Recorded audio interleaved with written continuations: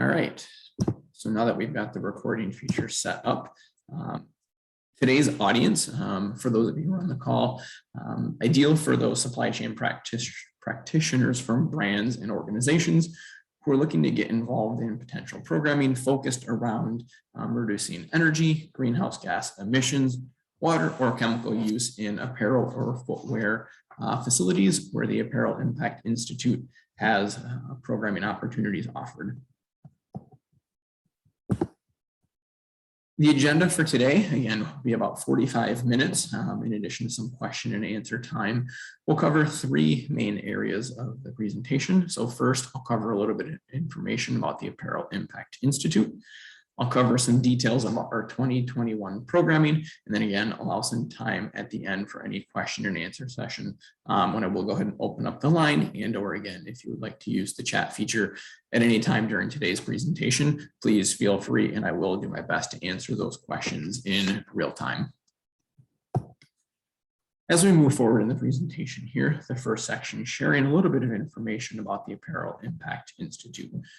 So the Apparel Impact Institute was founded back in 2017 with four key focus areas, we call them. So specifically looking at identifying, funding, scale, and measuring different aspects of the apparel and footwear sector.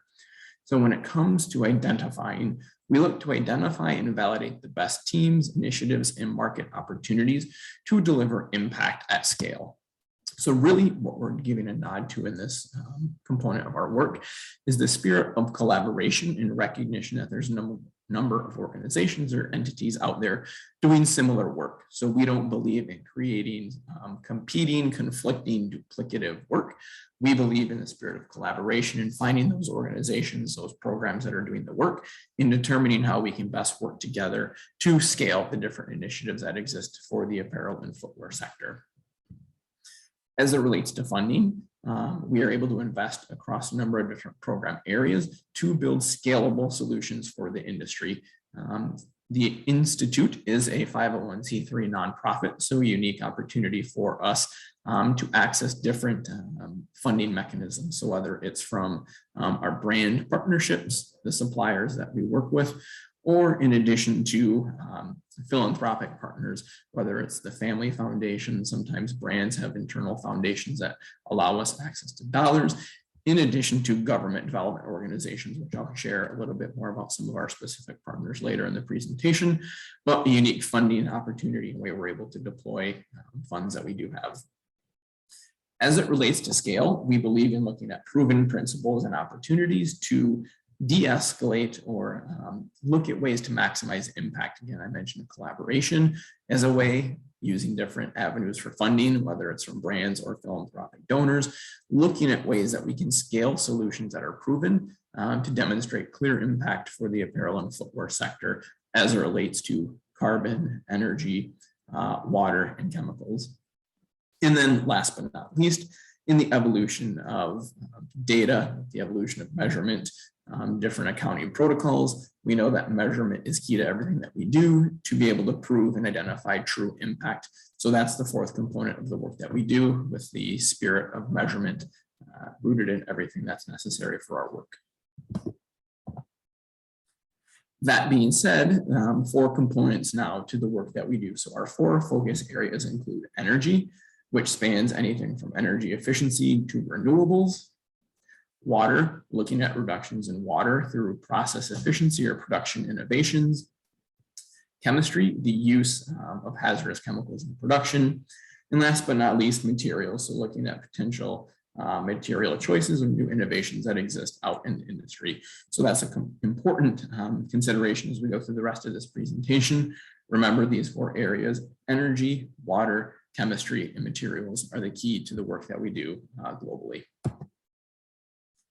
Why we do the work that we do, this is an important aspect here. So the first top left that you can see here on the slide is focused around this industry focus. So how can we align collective action and goals, knowing that both brands and suppliers have a number of internal goals they've set for themselves to accomplish sustainability improvements, in addition to knowing that there's a number of working groups within the industry that are creating strategic roadmaps to support alignment to meet these goals. And so we know that there's a big industry focus and a need for the work that we're able to provide. On the bottom left, impactful programming. So we know that there's a number of programs out there. How can we ensure that everything is ready for scale? We've done the due diligence and worked together collaboratively to offer solutions for the industry. But in those cases where there's white space, that new programs are evolving, specifically in the materials or circular business model space, there's a lot of new opportunity there. And so we're looking at those different opportunities and partnerships that exist, again, in an effort to not duplicate, but drive collaboration for the industry. And on the right side of the screen here, this aggregated funding idea. And so this is a key aspect of why we do our work as well. Looking for those opportunities to pull together, as I mentioned, philanthropic or government funds, along with industry funds, to then deploy aggregate funding to scale solutions for the industry in a much faster way to drive, again, impact as it relates to energy, water, chemicals, and materials.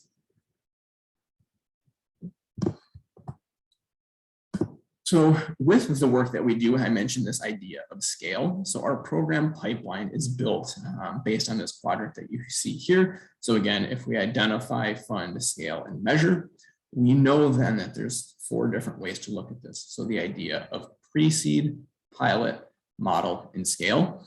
I'm not going to go through all of the different boxes in the text that you see here on the screen, but I'll allow a minute for you just to go ahead and scan over it as I talk through some of the different components as we think about the work. So specifically around this pre-seed idea, again, looking at what are some of the global industry needs to then determine, as it relates to the funding methodologies here, what philanthropic opportunities, brand funding, exist, so we can identify and then again prioritize these ideas to deploy the funds that we have available in a thoughtful way to ensure the impact and scale is determined. And then obviously in pre-seed, looking at specific KPIs to again determine impact both environmentally, socially, and financially.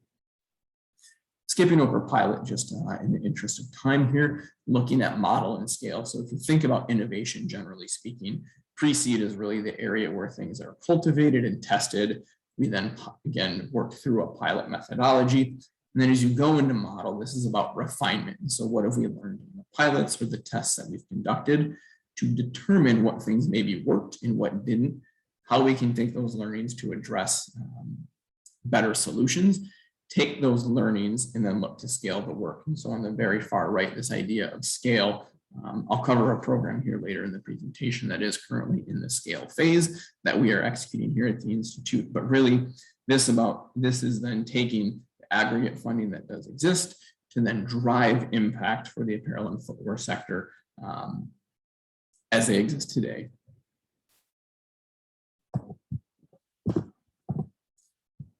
Another aspect of the work that I think is important to share is this idea of an ecosystem of organizations. So many of you on the line today are familiar with the Sustainable Apparel Coalition, HIGCO, and then obviously the Apparel Impact Institute here on the call today. So what's important about this is we have a unique partnership and relationship amongst all 3 organizations to work collectively and collaboratively. And so the Sustainable Apparel Coalition brings all the brands together, whereas HIGCO is the data and the technology where we interact closely with the HIG FEM, so the Facilities Environmental Module, to use those insights and the information that we're able to collect to focus on impact and where the most needs for the industry are. So for example, if I wanted to look at the HIG FEM module, have the ability to then look at the data and the information to determine what countries we might be able to focus some of our impact programming on for specific reasons. So if you're looking for renewable energy opportunities, how can we look at the HIG FEM modules across the globe and all respondents, which is well over 10,000, to determine what responses we have, who's using renewable energy, who's not, and then potentially look at additional opportunities such as maybe incentives or government funding that might exist to advance renewable energy by country. And we're able to put that information together to determine a focused plan to look to, again, pilot, model, and scale solutions. And so that's just an example of how the unique partnership works together amongst all 3 organizations.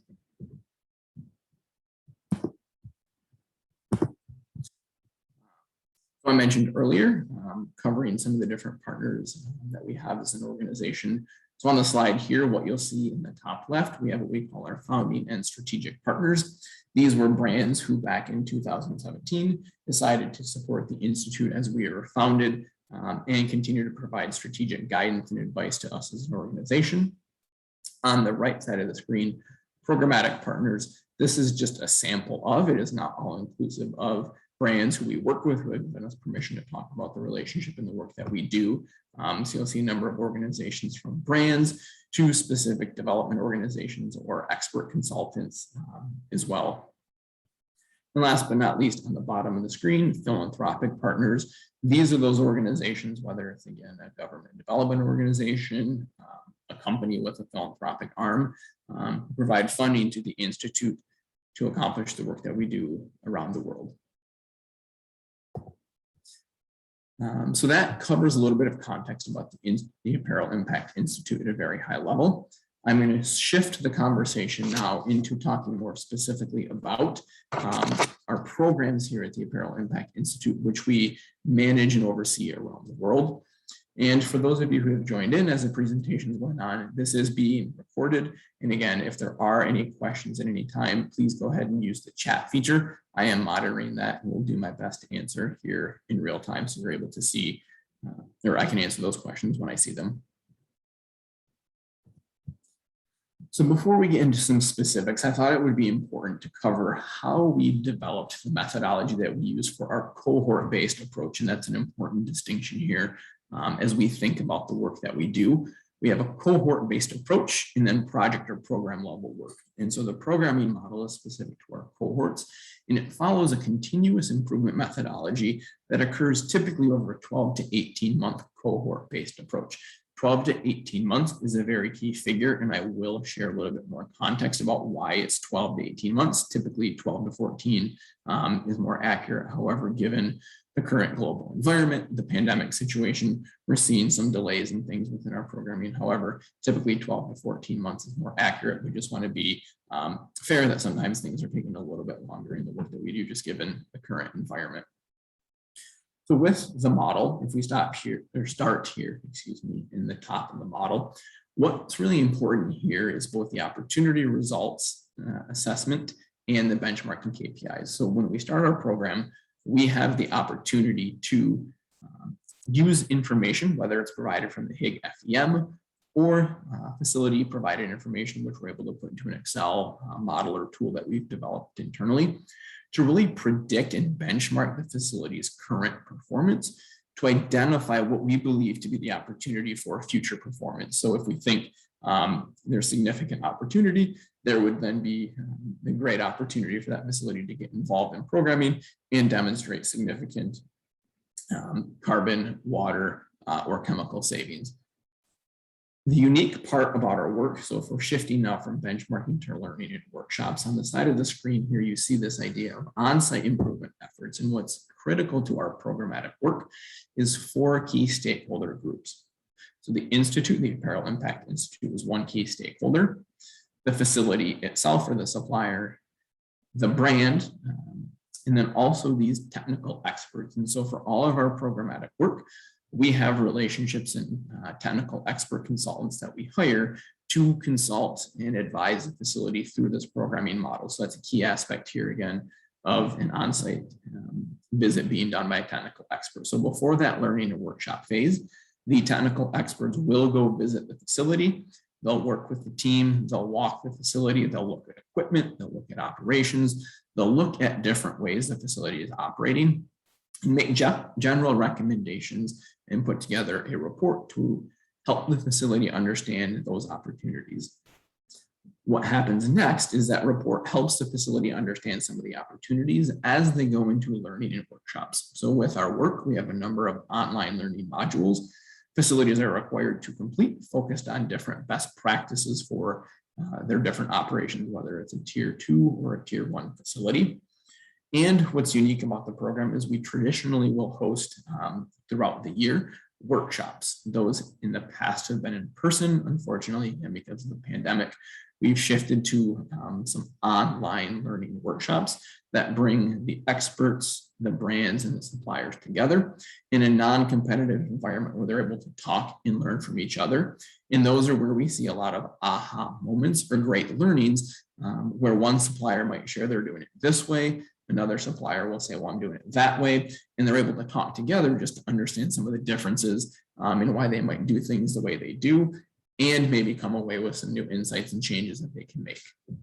So once the workshops and the learnings are completed, we get to the bottom here, which is called the prioritized action plan. So the prioritized action plan is a key aspect to the rest of the work moving forward, where the facility or the supplier is required then to put together an action plan. It's an Excel-based tool with different line items that will then look at what are the predicted energy, water, greenhouse gas emission savings, what is the investment, what is the return on investment, and a number of other data points. Once that prioritized action plan is put together by the facility, they then submit that back to the experts for review to ensure that the calculations were done correctly, that the opportunities that they have identified do exist and are real.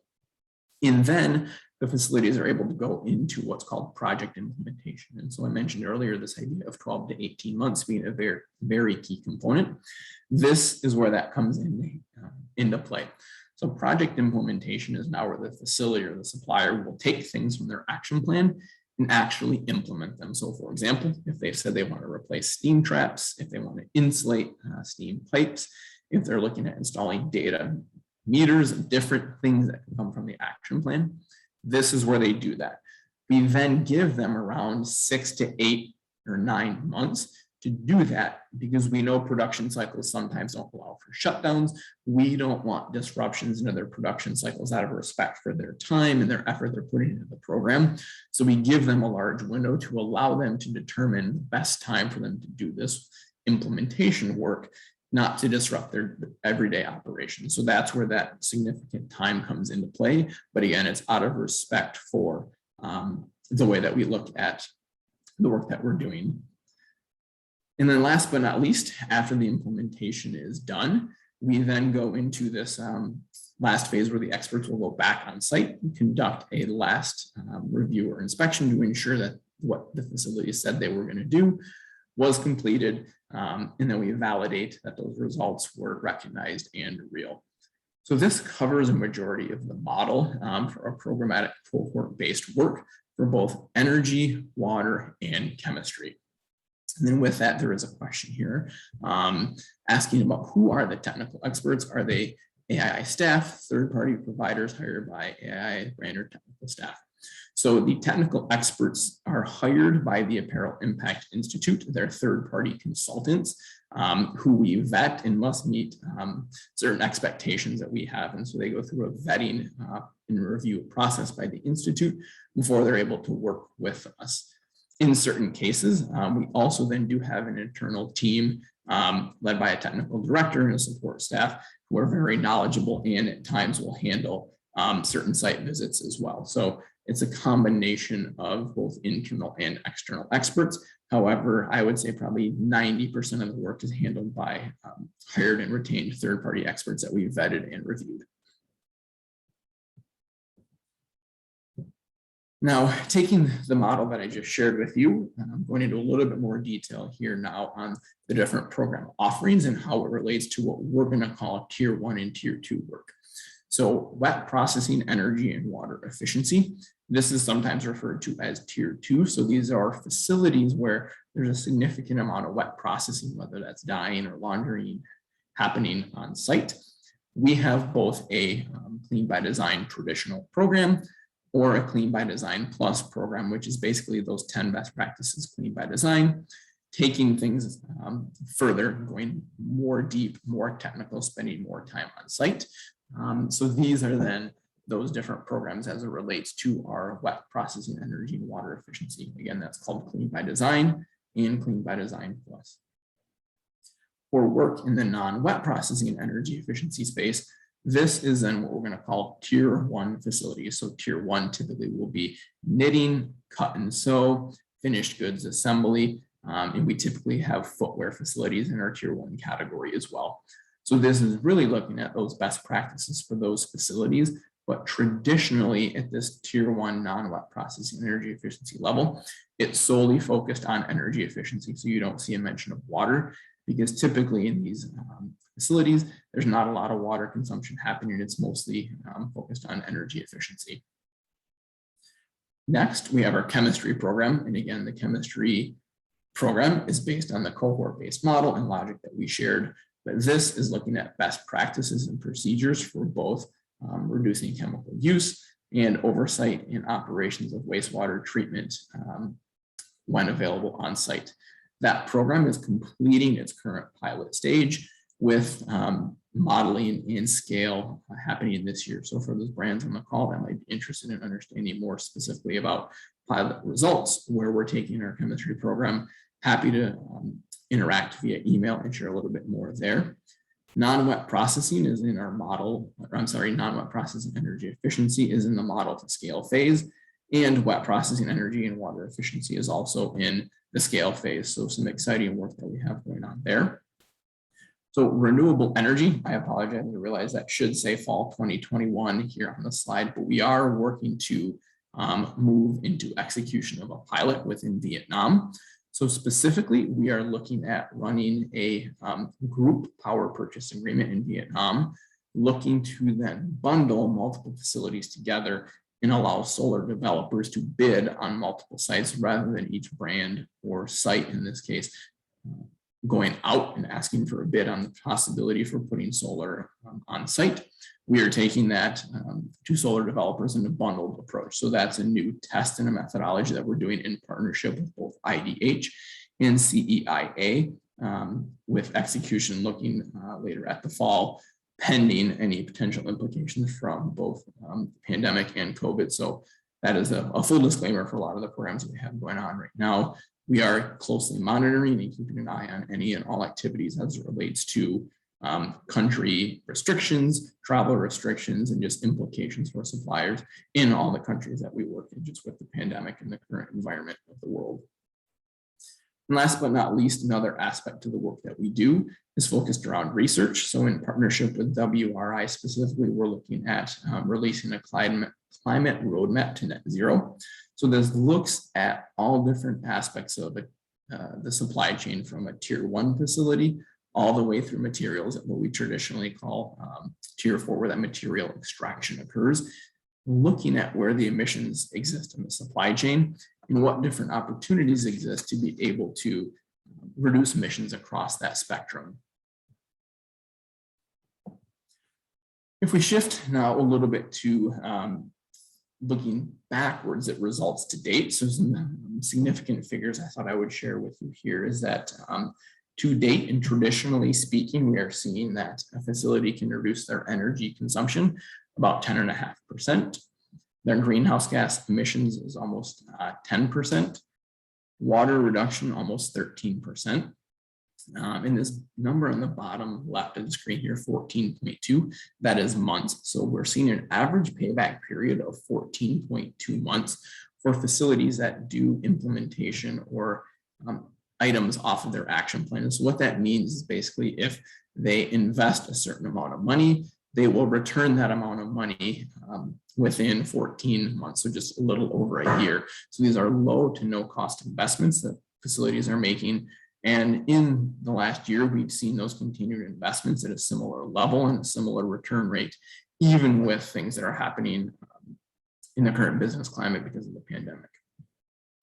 And then this last number here on the right side of the bottom right of the screen, 1,052, is the number of action items implemented by all facilities that have completed programming. So the action item could be, as I mentioned earlier, installing data meters to better understand consumption in the facility.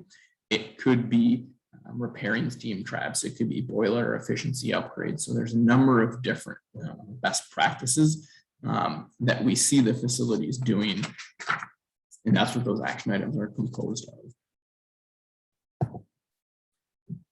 Again, some exciting things that we have going on. I thought I'd just share a little bit here about our existing cohorts. the plans that we have for them and when they should be completed. So on the screen here, you'll see all the way back to 2019, which actually this is slightly outdated. So that work has now been completed. So both summer mainland China and Taiwan are complete.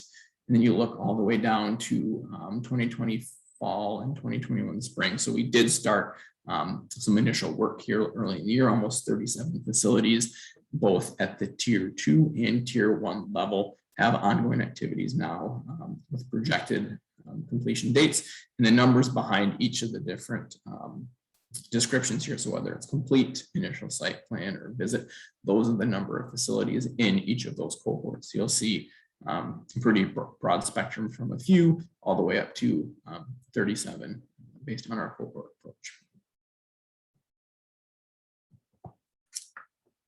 A couple new offerings that we have in 2021. So now we're moving a little outside of what I would say is the cohort-based approach into some more project or program specific work that we have here this year. So first, our carbon leadership project, which some of you may be familiar with, cover a little bit more about that. So we're working in partnership with Reset Carbon to develop the technical expertise and capabilities of that program to offer support to both brands and facilities specifically around ways to set specific climate reduction goals at the facility level and plans to address those reduction opportunities. Renewable energy, as I mentioned earlier, we're working with both CEIA, so the Clean Energy Accelerator, and IDH to offer a pilot program in Vietnam on renewable energy and group power purchase agreements.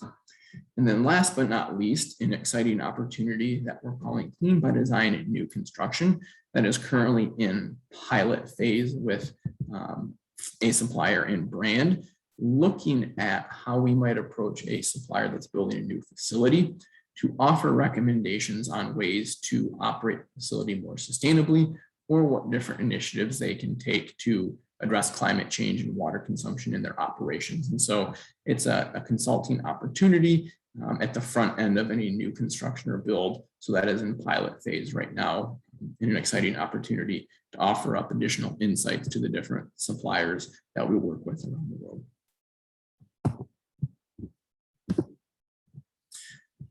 As I mentioned, our carbon leadership program in partnership with Reset Carbon is a new offering.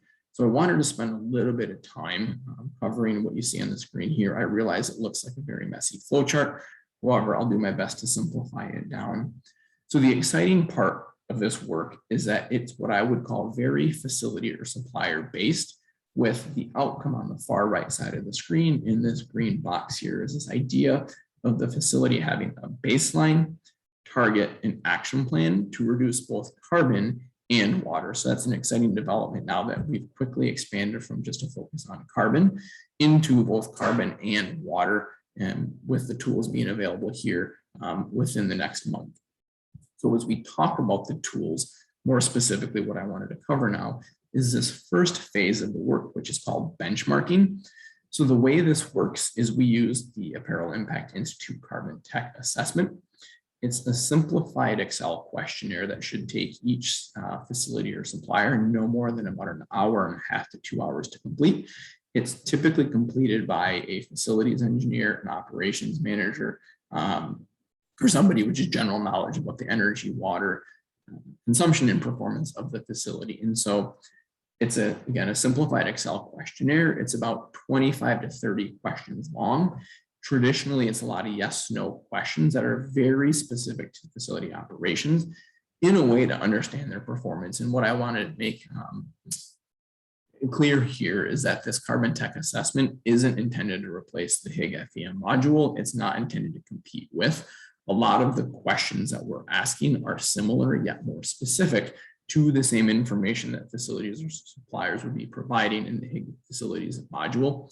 We just want to be very specific in what we're asking as a way to then determine the potential reduction opportunities of the facility. And so that's what's important here is we're gathering insights to lead to action. So the way that we're looking at this is once we get the questionnaire back, we'll review it and we'll then type or rank facilities based on their score. So type 1, 2, and 3. Type 1 being the least mature, basically saying a facility has a lot of opportunity. They're going to need more resources and support in pursuit of their baseline target action plan creation. Type 3 facilities are those that are more mature, maybe have already completed a number of initiatives or even have their own climate change or water reduction goal currently. So it's about providing them the right resources to complete this program.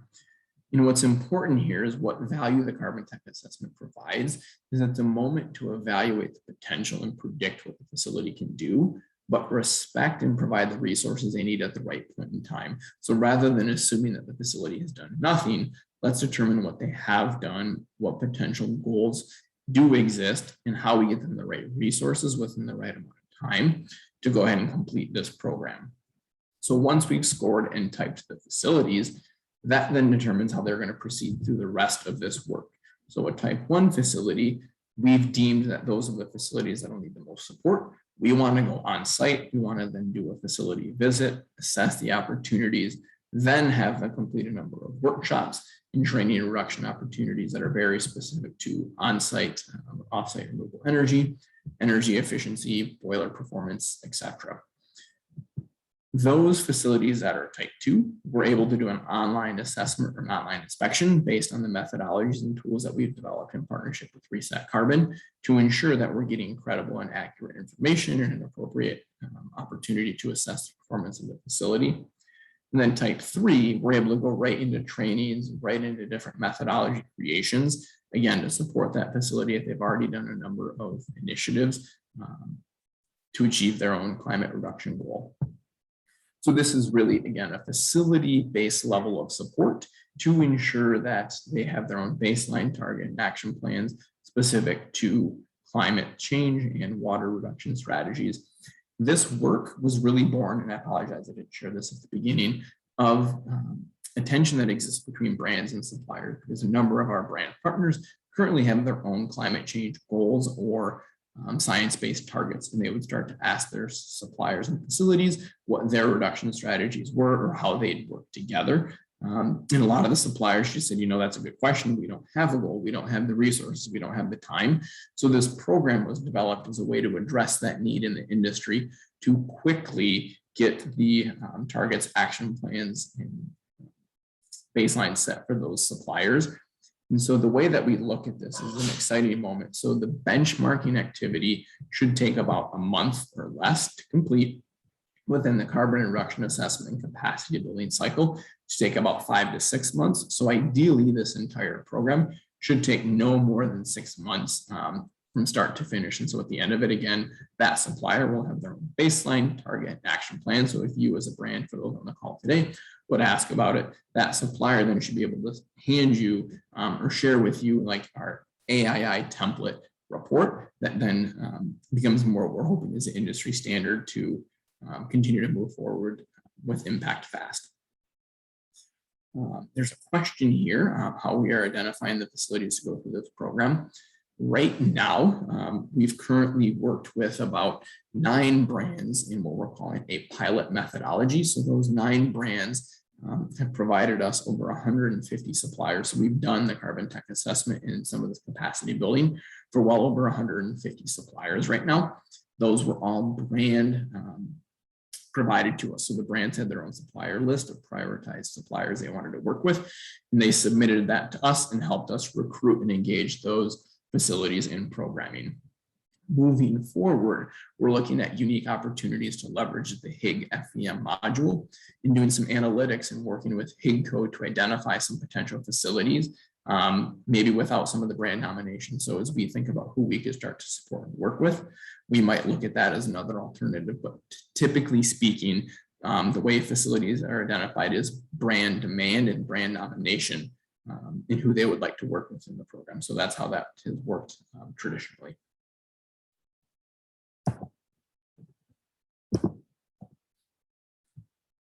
So now that we've covered a couple different aspects of both our cohort-based programming and project-specific initiatives that we have here at the Institute, I wanted to cover some of the different 2021 timing and action items that we have going on as we look to the rest of this year. So right now, we're already through July when we're starting our brand recruiting conversation. So working in discussions with a number of our brands, understanding their needs, the demand that they would like to look at for the Institute in the programming that we can offer them. We are beginning this month, so between now and September, facility recruiting. So those different brands on the call here today, if there's an interest or need, think about maybe some of the facilities that you would like to recruit, how they could fit into your supply chain strategies, both from a sustainability or climate change perspective, along with sourcing volumes or relationships, and who might be good candidates for programming.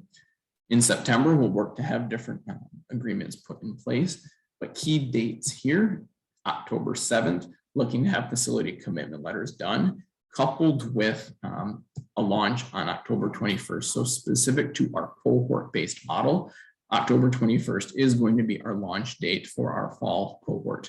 That cohort will not include, I'll cover some specifics here, that project-based work. So we think about the carbon leadership work or the renewable energy pilot. Those are initiatives that are happening outside of this time frame. So this launch is specific to Clean by Design Plus, and a few other programs I'll cover here momentarily. Carbon leadership can be handed on an on-demand, on-need basis. So at any point in time, if you want to start the carbon tech assessment, we can do that outside of a cohort-based approach and just handle brand demand. And then at the end of this year, as I mentioned, when we engage technical experts and have them start to do their first facility visits, that will happen in November of this year. So some general timings and key dates to remember. September, having some brand agreements in place.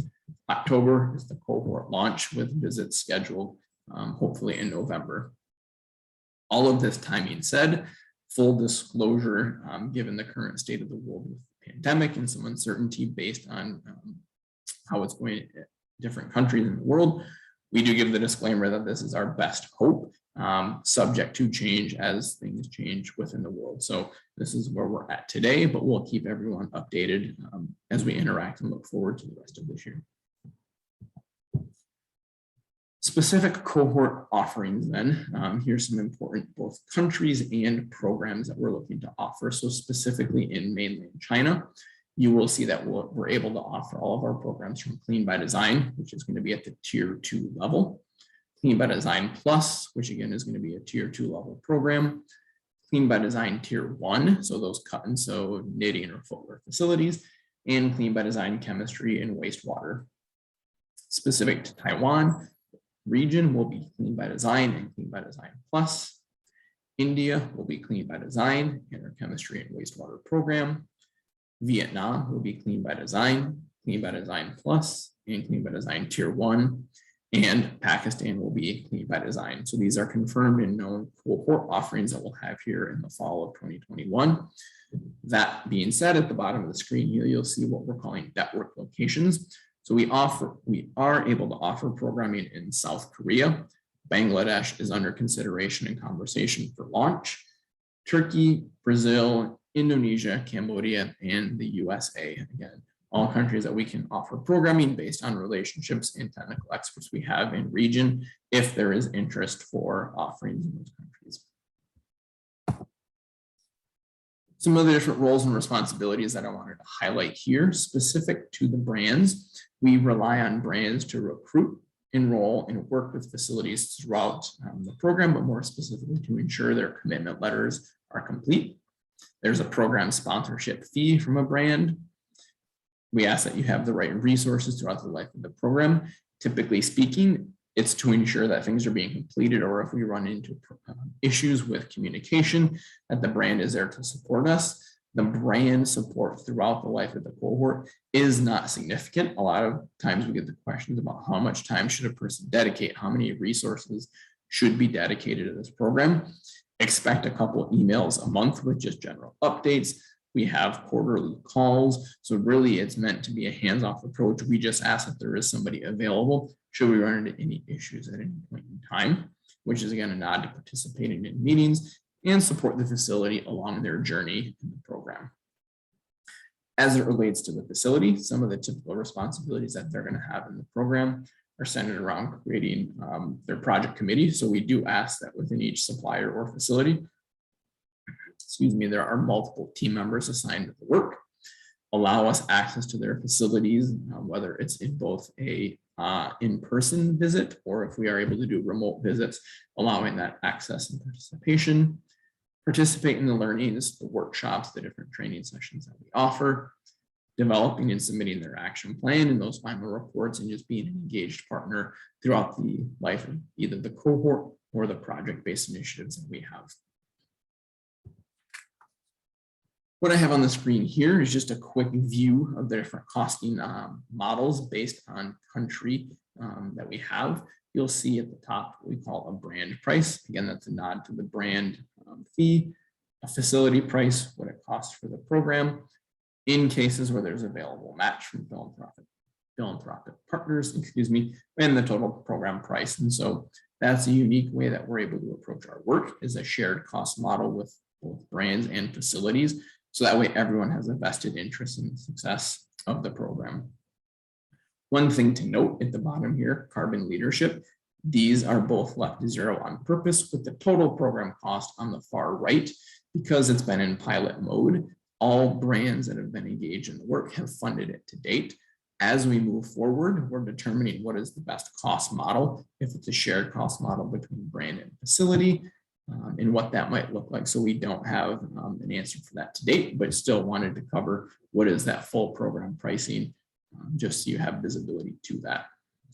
This recording, I think I mentioned, will be available, so you'll be able to see these costs again in the future. But then also, if you would like, you can reach out to me and I'm able to provide our 2021 program overview and costing sheet. So that way everyone has visibility to that. With that said, I'm going to open up the floor for any questions and answers. I'm going to attempt to unmute the full line here. Otherwise, please continue to use the chat feature, and I'll wait for any questions that might be coming in here.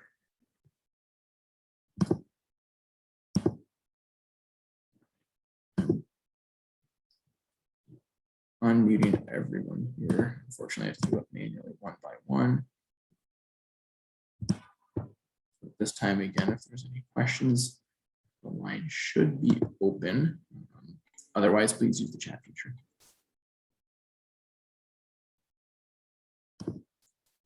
In terms of a list of facilities who have already been involved or currently involved, what we typically do in this case, because of the way our agreements are written, we don't publish at this time a list of facilities who have completed programming. But if you do submit to me a list of suppliers that you are interested in potentially recruiting, I am able to review that information and then let you know who has participated in what program and when. So I will do a supplier review and indicate past program participation for you, but we don't have that list publicly available for confidentiality reasons at this time.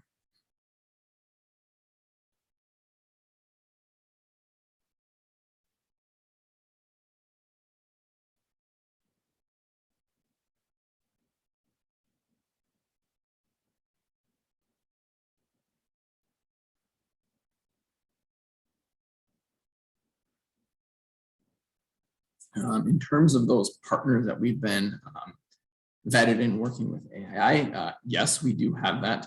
I don't believe that's publicly available, but it's absolutely something that we can share at any point in time. And I can also include that via email by request. So if you want to go ahead and reach out to me, happy to provide that list to you.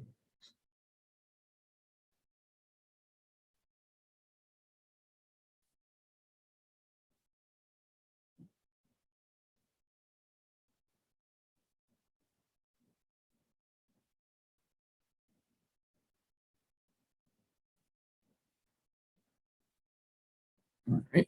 So if there are other questions, please feel free to go ahead and submit those or ask. As we look over the next couple of months, we're very excited to engage the apparel and footwear sector. One thing I did not share as part of this conversation to date, we are based around textiles. So again, if you think apparel, some outdoor industry association, things like tent fabrics, things along those lines. However, over the next probably 6 months, the Institute is evaluating quickly developing tools and resources for the hard goods industry. And so we're looking at some internal work right now. So keep that in mind for those brands here on the call. If you think about some of the hard goods categories you might offer up, we are quickly expanding and exploring what those offerings could be to help support climate change and water initiatives as well. So nothing formal to share at this time, but just a nod. I would like to share that it is in development at the time, at this present time. I will go ahead and wait about another minute here for any last closing questions before I do end the webinar and stop the recording. I will go ahead and share my email information here. So again, my name is Bryant LaPrey. I am our programs director here at the Apparel Impact Institute. My email is bryant@apparelimpact.org. Or for those of you who also know Kurt Kipka, the vice president here at the Apparel Impact Institute, his contact information is there on the screen. Feel free to reach out to either of us with any questions, and we look forward to the possibility for engagement and working together to scale impact for the apparel and the footwear sector.